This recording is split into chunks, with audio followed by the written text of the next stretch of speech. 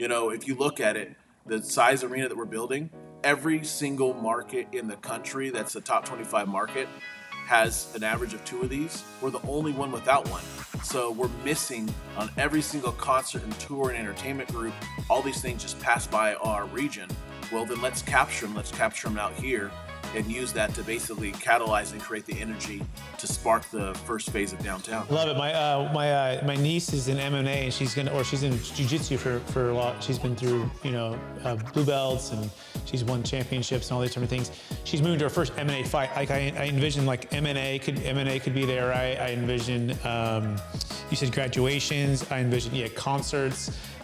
Comedians, like all of that opportunity. So let's move over to Charlie. Charlie, when you think about and are helping to build out this vision and get it through, what most excites you besides or add to what Josh just said? Yes. Welcome to the Build It to Billions podcast, where we guide successful entrepreneurs and investors on their journey from millions to billions. We believe the key to scaling and compounding your wealth in life starts every single day with the mindset and practice of stewardship over ownership and applying billionaire biblical principles. Our ultimate goal is to have you scale and compound your wealth in life so you can give more all of it away to help MVPs. My name is Brett Swartz, and each and every episode we're joined by the world's top entrepreneurs, investors, millionaires, and billionaires, where they share their stories, insights, and wisdom with us so we can all make a bigger impact. I'm excited about our next guest. They're out of actually my hometown in an area of Sacramento, Rancho Cordova. That area growing up was a really cool spot. And I'm excited about these two guests because we're going to talk about building a city center. And it's really designed around a chance to be able to build into a community, create a lot of jobs, and really big projects, which is really neat. Our two guests are Josh and Charlie, and I'll do Josh Wood and Charlie, and I'm going to pronounce the last name Tiwana. I think so you pronounce it Tiwana. And we are going to break down their background and what they're doing. But Josh is a renowned leader in real estate development, infrastructure planning, and sports entertainment with a proven track record of executing large scale and high impact projects and so much more. And Charlie also has a really amazing background. She is also the co-founder and president of COO of Co's Pure. And she is a seasoned leader in real estate development, bringing extensive experience in managing complex multi-use commercial, residential, and healthcare projects. Josh and Charlie, how are we doing today? Doing great. Thanks for having us. Appreciate it. Absolutely. Yeah, thanks, Brett. It's a pleasure to speak with you. Excellent. Let's just dive right into a little bit of your story, Josh, and then Charlie, and then we'll get into the project. But Charlie or Josh, we'll start with Josh. Josh, a little bit about more about your story and your current focus. Story is like where I grew up and Yeah. A little bit more about your story and your focus. Yeah. So my story. So I was born into foster care. Me and my brother were adopted and moved to a town called McLeod, and basically grew up in a really small town. Able to come down to Sacramento when it was time for college, and I've been here ever since. Basically living in Rancho Cordova for almost all of that time, and. From the beginning, when I got down here, I was interested in the politics of development and where those intersected. So everything from running campaigns to get major projects approved, to helping to cut deals on big fee impact programs or policies that would help spur development. So through that, I was blessed to be able to run the campaign for the Kings Arena for Mayor Kevin Johnson as executive director, CEO of that campaign. Actually, 2 of them because it took twice to win, but we did it. And we were able to get the Kings downtown and create 4,000 jobs and save the team and the identity for the city. After that, I was able to work with Sky River Casino, and we were able to get them through the whole process of getting the approval with the city, the compact, and all that stuff to get Sky River Casino approved. So 2 of the biggest ticket entertainment projects in the region. I've been blessed and able to be in the position of being in the leadership role of getting them through and approved and built for our community. It's amazing. As a lifelong King fan myself and growing up in Sacramento, man, that was a major feat. And it was some dark days in those days to think that they could be in Vegas or wherever else they were going to be moved to. And so, but yeah, so grateful with all the other Sacramentians, right, that the Kings stayed. It's been tough this last year and a half with the team a little bit here. But it's tough to lose Fox. This is a whole nother episode we could be going into. We enjoyed the episode of losing Fox. That was rough. I'm still hurting. I'm still hurting. We were like 2 plays away from beating the Warriors on that, that playoff, and we kind of let him get off the hook on that one. But that being said, moving on, we got to keep going here. Charlie, a little bit more about your story and your focus. Yeah, absolutely. So I started off in real estate development, 13 years ago, and I started in single family housing, multifamily, mixed use commercial projects, just all over California, Nevada, and Missouri. Missouri was kind of a fun little project there.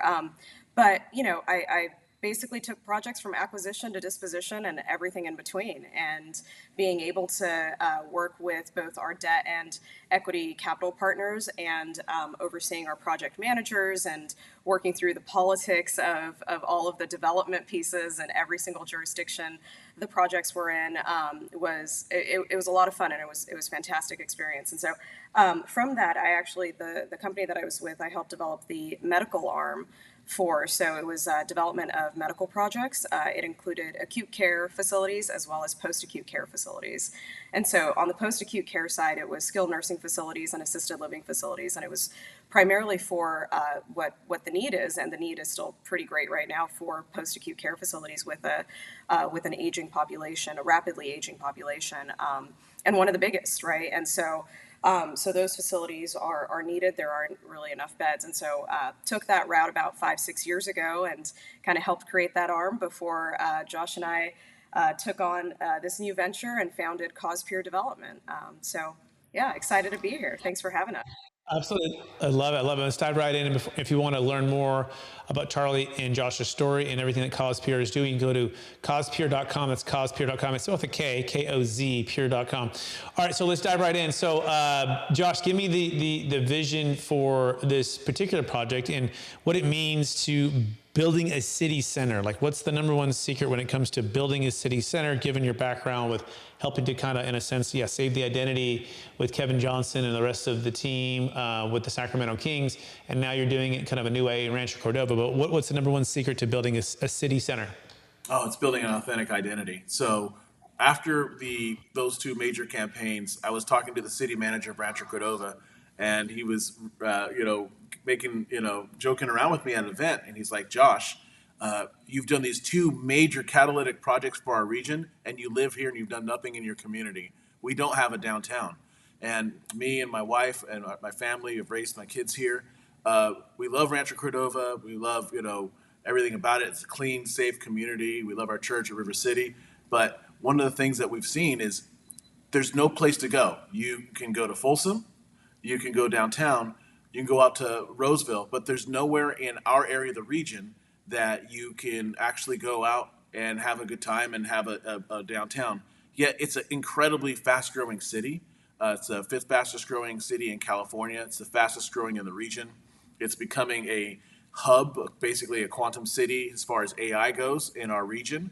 And it's getting, a lot of these big AI companies and partnerships that they have. Like, they just announced a partnership with the city and NVIDIA. So, the city is really on the move. And to capture that energy, you have to have a central gathering place. And so, one of the big keys was really going out there, doing an analysis and figuring out what would really work to do that and catalyze that downtown. And, from our studies and our feasibility, we came down to an arena would be the perfect catalyst to kick off a downtown entertainment district with hotels and nightlife and day life and all these different things. Amazing. So I got it. So building an authentic identity is the number one secret. Love that 5th fastest growing city in California. So you got to have, people wanting to be there and moving there, which is good. And I love the way you say capture the energy, center, meeting place. When you say an arena, Josh, walk us through what you mean by that. I don't want to just take it for granted. Like, what do you envision? What does the city envision this arena being used for? And walk us through a little bit more, capturing the project vision. Yeah, well, it started out of driving tourism, and so we were looking at originally a convention center. This was 10 years ago, and we went through that, looked at stadiums. The problem with stadiums is they're great when it's sunny, but when it's too sunny, they're not. And when it's too cold, they're not. So what would be a thing that could be a catalyst for energy and growth around it, year round? And that was a sports arena. So We're building a 7,500 seat mixed use or multi-use arena. So that means it can take a variation of all different kinds of sports and events and things to bring the community in, but not just things for the community here in the sense of graduations and things like that, but bringing in new things to the community that we've never had here before. Uh, if you look at it, the size arena that we're building, every single market in the country that's a top 25 market has an average of two of these. We're the only one without one. So we're missing on every single concert and tour and entertainment group. All these things just pass by our region. Well, then let's capture them. Let's capture them out here and use that to basically catalyze and create the energy to spark the first phase of downtown. I love it. My niece is in MMA and she's in jiu-jitsu for a lot. She's been through blue belts and she's won championships and all these different things. She's moving to her first MMA fight. Like I envision like MMA could be there, right? I envision you said graduations. I envision concerts. Comedians, like all of that opportunity.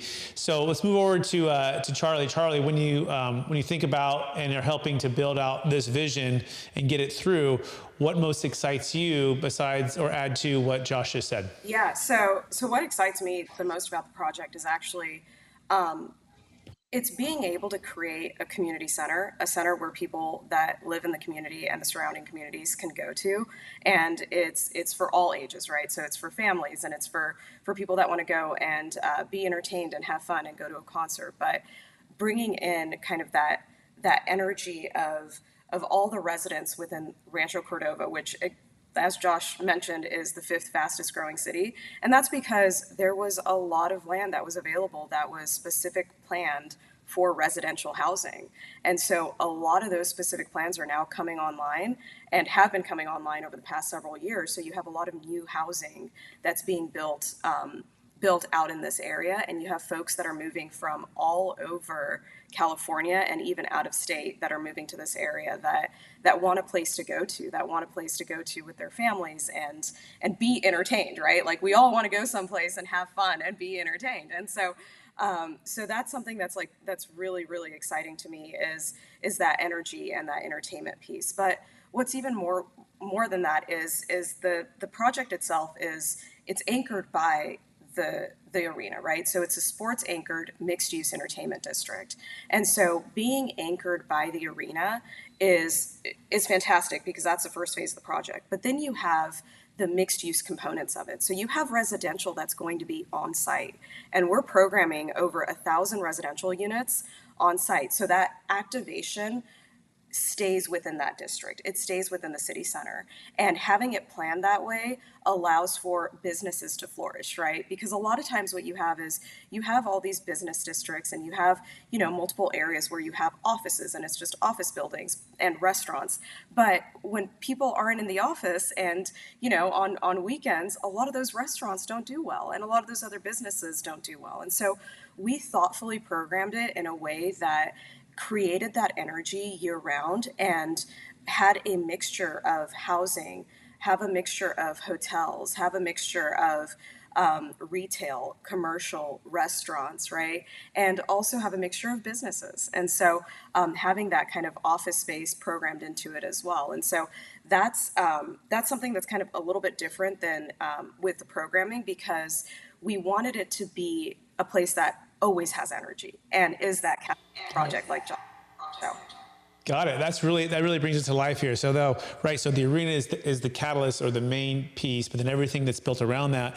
And I love the part of keeping the residential mixed use all close together, right? 1,000 houses, that's amazing, right? And that makes sense that it doesn't, get overwhelmed by just like an office or business district when on the weekends, when people aren't there, it can die down, especially given what happened with COVID and all the changes with work-life balance. Although it seems like a lot are home from work versus at work. This kind of insulates it from those types of maybe changes that people have gone through. Josh, would you add anything else to that, or what's the next secret to building a city center? Well, the next secret is leveraging the arena for all the other assets around it, really. Because now that the arena is going in the ground, and we'll be breaking ground in April, May. All of the hotels now all of the mixed use, all of the other things that go into the district. From, we have a 200,000 square feet of retail. We've got 1,000 residences. We've got 800 hotel rooms coming online, and all of that basically comes to energy. But our big thing is also on programming. Like, it's one thing to build a place, it's another thing to have the place have texture and life and energy to it. And so we're within that. We've got a soccer team that's going to be playing in the arena. We've got lots of different tenants, like you said, from MMA and boxing and collegiate. But one of the things I'm really excited about is we have partnered with this group to do music festivals and block parties in the arena and the plaza. So we're going to become really a true music destination. We have some amazing partnerships that we've put together that'll be, top A-list stars coming through Rancho Cordova as kind of a big destination to perform. Love it. And I want to think about like the Kings Arena, right? Like there's certain things that probably went amazing, right? And I think they did an amazing job. From an outsider looking in, like always love going to the games. Always love that area, like the energy, all of it, the connection with the community, like it's incredible. That's the Kings Arena. So what did you learn about that, Josh, right? That you want to make sure you capture all of the best in class type of execution there. But maybe on the other side, maybe some things that didn't go as well as it could have or should have. And sometimes it's hard to know until you've gone through the project. But is there anything there where you're like, hey, let's make sure we do like this, but let's also make sure that we, avoid some of the mistakes. And I don't even know that there were mistakes. But someone from an outsider looking in, you might have or you're an insider, versus an outsider's like us. Yeah, well, actually, it's kind of two ways I'll answer that question. One is on process and one is on design. On process, Okay. we learned through the Kings Arena and through a lot of these other major projects that you really want to have your environmental and EIR done before you get out there too far. Our project, we have an approved CEQA exemption for the entire project. So all the uses from the arena, the hotels, the restaurants, the any of the things that you kind of see that's in our proposed project are already by right uses because they have been covered under the convention center overlay. So we just have design review, and our designs are amazing. So we're pretty excited about that. We have great architects and a great team putting together the vision. But on the other side, it's programmatically, how do you make it so that you're doing what's a thing called placemaking, where people want to be there and they feel welcome. So things like soft corners in the design. To put in perspective, Doco is 14 acres, so the area around the Kings Arena. Our project's 28 acres, so it's twice the size. So that means there's a lot of things that we're doing every day, working with our team on designing it so that every single experience is great. I could sit at home right now and not go to an arena and watch a game. I could sit at my house and not get up and stay on my couch with my big old TV like everyone has. But we have to create a draw that makes it so that you want to get dressed, get into your car, go downtown to the new downtown, pay for parking, and go and experience this. So everything from getting there easily to the first sights, the first smells, the first looks, the design, everything, we're making it experiential from every point. Think of it like a theme park without walls concept in order to make it so that people want to be there and they feel proud to be there. And it's a draw where, not only are people coming here to vacation in Cordova, but people want to staycay here if they live in our region. Oh, that's amazing. Charlie, same question to you. Anything that you've learned over the years, or even through this process, that you want to make sure that these are the major pillars here. Like we got to get these things in place, and maybe some things to make sure that you stay clear of. Yeah. So one of the things that Josh mentioned on the process side was CEQA. And for the folks that don't know what CEQA is, it's very unique to California, and so it's the California Environmental Quality Act. And so that is, there's a lot of studies and different things that kind of go into it. It's costly. It takes up a lot of time, which is time is money. The amount of time that it takes to get through all the studies for CEQA is substantial. And so having that CEQA exemption is one of the biggest things for a project. And so, by the way, how does one get a CEQA exemption? Like that sounds like it's really coveted. Like that's really great that you guys accomplished that. Is there a process to get that, or how did that all work out? There was. So the process was actually a 10-year process. It was through the creation of what the district currently sits in, called the Convention Overlay District. And so the Convention Overlay District took into consideration and went through the process. So this isn't necessarily, the project isn't bypassing the process. The process happened, but it happened a while ago, and it Oh, come okay. up with this designation of the Convention Overlay District.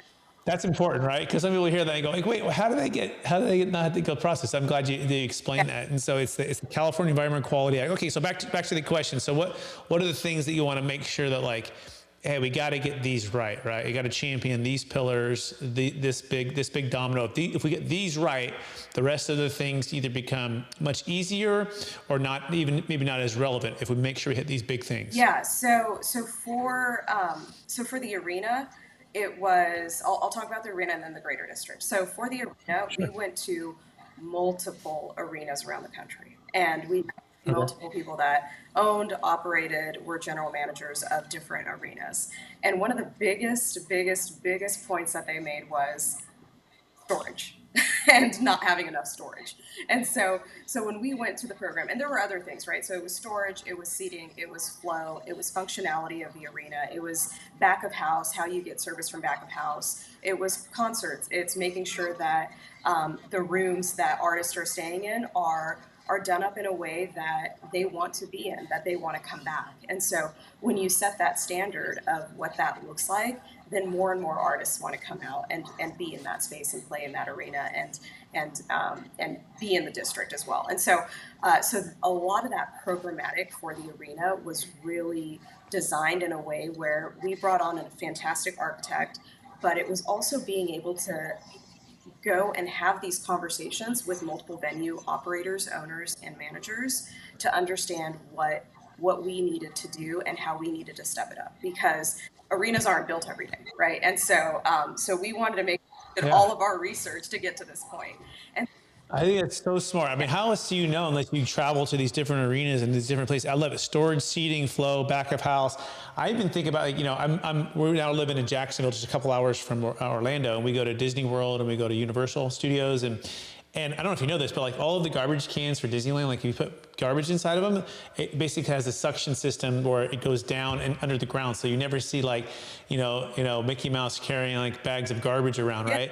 Like it just goes to the system. Like, I'm curious, did you guys go to like a Disney World or Disneyland or like even just theme parks to also get some inspiration or some ideas? So for the project, we actually didn't, but I've been to many theme parks, and so has Josh. But that's fascinating. That's really interesting to know that the garbage, so that you don't have this piled up garbage and like it's not overflowing and on the ground. So that's really great that they've built in like. And then that's Disney World. I mean, that's the best in the world at what they do for experience, right? But just like those kind of ideas, and I like that you say like storage and flow in the back of the house and different things, like the actual, you know, functionality of the day to day. And some of these things, it's like you don't know unless you go to the arenas and you talk with the people. And you're like, hey, what are the roadblocks you face every time? And you know, they're like, well, if they would have just built this extra storage or this part for parking, or you know, light rail being connected, and how close it is. And I think Rancho Cordova was pretty cool with the light rail and that kind of overflow ideas of time and energy and flow. Like all of it is so important. Well, so it sounds like you guys are thinking through these things. Go ahead, Josh. Yeah, to answer your question, I've been to a lot of the theme parks and looked at it from that perspective. And the whole point at the end of the day is the show can't end. You have to have the show continuing. So all these back of house things that people don't see are just as important to making sure that it happens. Because like you said, if you got big old trash trucks coming across and how it's designed, or if you have different things like that, it takes away from the experience. So the experience isn't just for the people coming, as Charlie pointed out. The experience is also for the artists and performers, making it so that they want to come again.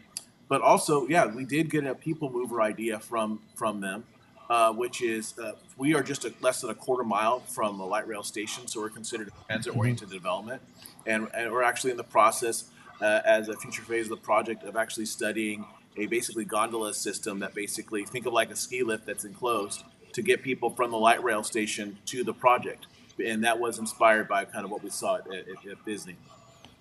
There you go. I love it. By the way, people want to learn more about what Josh and Charlie are doing. Go to causepeer.com, kozpeer.com. They have the Cordova City Center that you can learn all about. And the Cordova City Center is designed to give Rancho Cordova the vibrant core it deserves. For decades, the city has grown without a true downtown.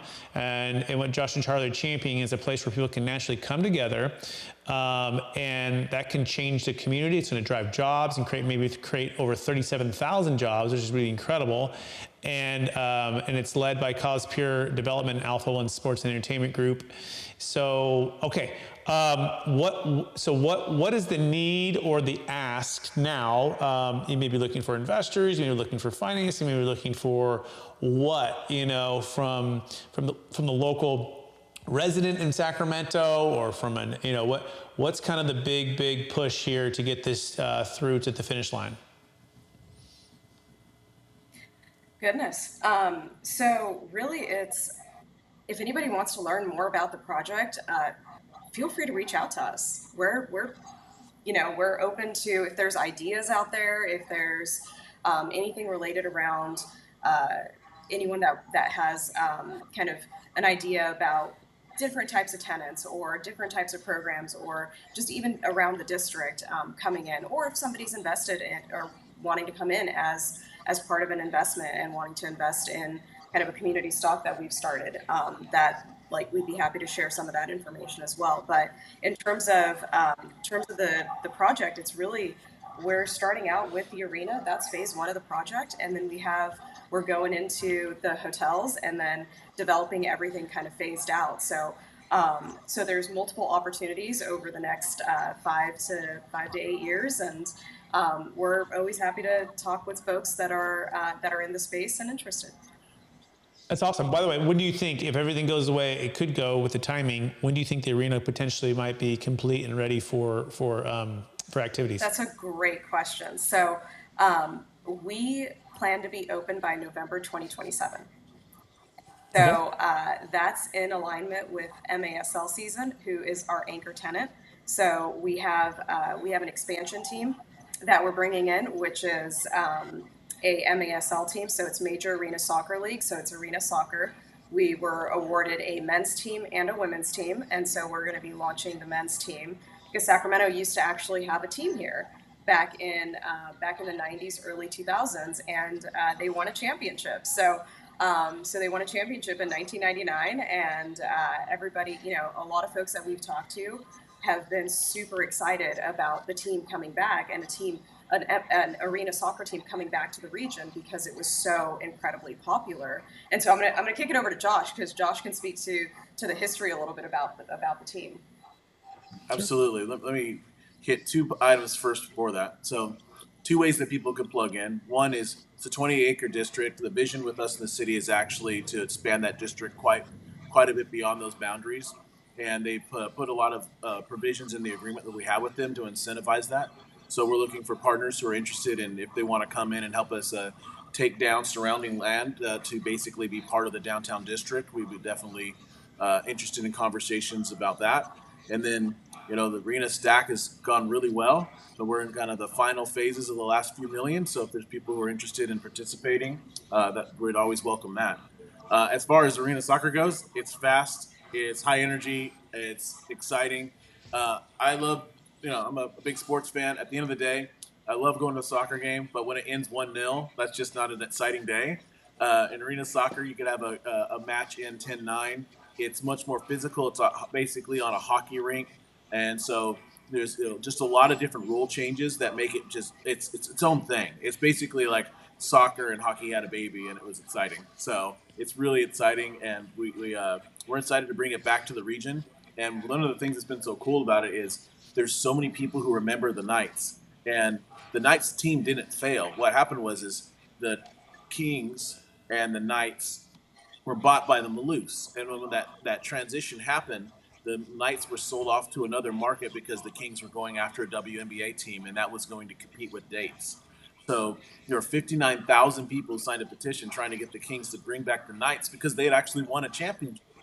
And so we're doing that. And I got to tell you, as we look at bringing back arena soccer and whatever the team name will be, we're basically teeing up this huge fan base of nostalgia, but also I think it applies to future generations, because if you're Gen X and Gen Z, and Gen Y, you want fast, high-paced things that keep your attention, and this is that. Oh, amazing. I love all of this. By the way, if people want to connect with Charlie and Josh, go to causepure.com, causepure.com. Josh and Charlie, we're way out of time. Are you guys ready for the lightning round? Let's go. All right. All right, we'll start with Josh, and then we'll go to Charlie, and we'll just go back to back to back. So Josh, if you go back to your 20-year-old self, what's the one gold nugget make sure you tell yourself to do? One gold nugget I tell myself to do, it would be a personal thing, which is just always stay in your word, stay close to the Lord, and don't ever have a period of your life where you veer away. Okay, excellent, great. Same question, Charlie. Charlie, if you go back to your 20-year-old self, what's one gold nugget make sure you tell yourself to do? Stay ambitious, work hard, and keep working towards all the goals that you set. Fantastic. Question number 2, and we'll start with Charlie. Charlie, number 1 book you recommended or most in the past year? Oh, the past year, Abundance. Who is it by? Do you know? Oh my goodness, I'm blanking on their names. Ezra and I can't remember the other guy's name. That's fine. Ezra's fine. We know. We'll figure that one out. Same question to Josh. Josh, what's the number 1 book you recommended in the past year? Read recently, The Titan, about John D. Rockefeller. Fantastic history and kind of business analysis of how he pulled off what he did. Excellent. Fantastic. Next question, and we'll start with Josh. Josh, what are you most curious about right now? I am most curious about placemaking and artificial intelligence and the way that AI and robotics will impact everything from every industry and how it will impact the decisions we make on this project. We spend a lot of time building our own, built my own AI model for this project in ChatGPT, and we have a partner, an outside partner that we work with a lot because of this. It's becoming an AI district. So I'm just like really interested in understanding not just how it works, but what impacts it's going to have and how to leverage that for good. Oh, I love it. Same question to Charlie. Charlie, what are you most curious about right now? Right now, AI, absolutely AI, technology, the advancements in technology, and how that's going to impact the district and the arena, as well as real estate and the markets especially. Awesome, love it. And we'll next question. So, number 1 leadership quote or theme that you strive to live by. We'll start with Charlie. So mine might not. I don't know if this is appropriate or not, but I'm gonna put it out there anyways. Don't half-ass 2 things, whole-ass 1 thing, and that's Ron Swanson. Okay. Excellent. That's great. Same question to Josh. Josh, what do you think? Never burn a bridge you might have to crawl back over. Okay, good. Excellent, great.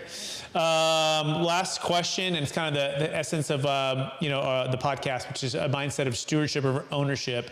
And so we'll start with Josh. Josh, what does that mean to you, being a steward versus an owner, and what's the best way that you stay centered and stay encouraged to charge forward to reach new heights? Well, this project and what I'm doing, this vision came to me. My belief is from God. And so I view what I'm doing and the work I'm putting in, if it's not for me and it's really for building this incredible place for the community that I feel like He put on my heart, then your work ethic, your time, the way you value what you're doing is different because it's not for you. And so to me, this is a stewardship. When I talk to my kids about the project and the things we're doing, this is stewardship. This is obviously a financial thing. It needs to be successful, but it needs to be stewarded well. It needs to be managed financially well. It needs to be designed well for the future. So we spend a lot of time researching, planning, and doing things right. You can overplan, you can over research. So part of it is also an act of faith in doing things and trusting God. Which at every single point of this project, we have pulled off with this project. Something that I think most people, can't even imagine. Even we haven't had, we've had some time to explain it. But the reality is the agreement we have with the city is a first in the nation structure to really incentivize this new thing. And so they tied a lot of it personally to me and Charlie in the way the deal was structured, because they're expecting us to have stewardship to do this the right way for our community. Amazing. I absolutely love it. Same question, Charlie. Charlie, what's the best way you stay centered in your values, and also what does stewardship over ownership mindset mean to you? So for me, it really is centered around community. It's being able to build a place for people to go to for people to be a part of. So when I go out and I see people that are going and hanging and being part of something that's greater, that's really what drives me. So I've got a lot of faith in a higher power, in God, and that's something that's really carried me forward. It's my family, my husband, and a place that we want to go to. And so it's really centered around community and making sure that we're building this with community in mind, and understanding that what we're putting together it's not for ourselves. It's not for, it's not for just one person. It's for being able to take into consideration everybody. And so even through the design, making it pedestrian friendly, making sure that it's a safe place for people to go to, was really, really important to us. And we've poured of course, we poured our finances into it, and we poured a ton of money into it, but we poured our heart and soul into this project. And that's something that a lot of times, it's not a stamp this and let's do this and then move on to the next thing and the next thing and the next thing. It's how do we continue to make it better? How do we continue to make sure that it's something that keeps growing? And so in terms of that, it really is centered around community. Amazing, Charlie. Thank you so much. Josh, thank you so much. I want to encourage you to keep doing what you're doing. Keep building a city center in Rancho Cordova, building a community and making an impact. You two are doing amazing work, and I want to encourage everyone to support by going to causepeer.com to find out, and then connected on the social medias as well. Reach out to Josh and Charlie. Causepeer.com is KOZpeer.com. And I also want to thank all of our listeners for listening to another episode of the Build It to Billions podcast. We're also streaming on Capital Gains Tax Solutions podcast. We're here on this journey with you to scale from millions to billions, so we can give more all the way to help MVPs make an impact in our community, practice stewardship over ownership. We can live a life with no regrets and bless other people. My name is Brett Swartz. I want to encourage you to take action today too. If you have a big exit coming up, to be able to steward your capital, defer your capital gains taxes, you can go to capitalgainstaxsolutions.com. It's capitalgainstaxsolutions.com. Please share this with someone it could be a blessing to, and we'll talk to everyone again real soon. Bye now.